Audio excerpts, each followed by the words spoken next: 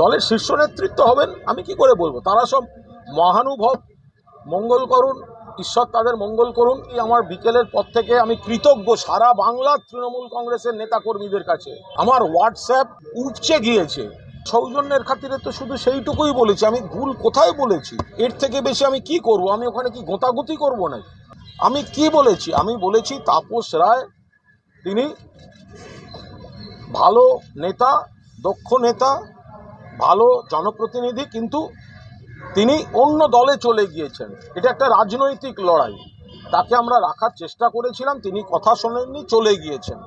তো আমরা মমতা বন্দ্যোপাধ্যায়ের নেতৃত্বে, অভিষেক বন্দ্যোপাধ্যায়ের সেনাপতিত্বে তৃণমূল কংগ্রেস করি এবং আমার ভাষণেও বলেছি যে আমাদের প্রার্থীর নাম সুদীপ বন্দ্যোপাধ্যায়, ফলে আমি সুদীপ বন্দ্যোপাধ্যায়ের হয়ে কাজ করব।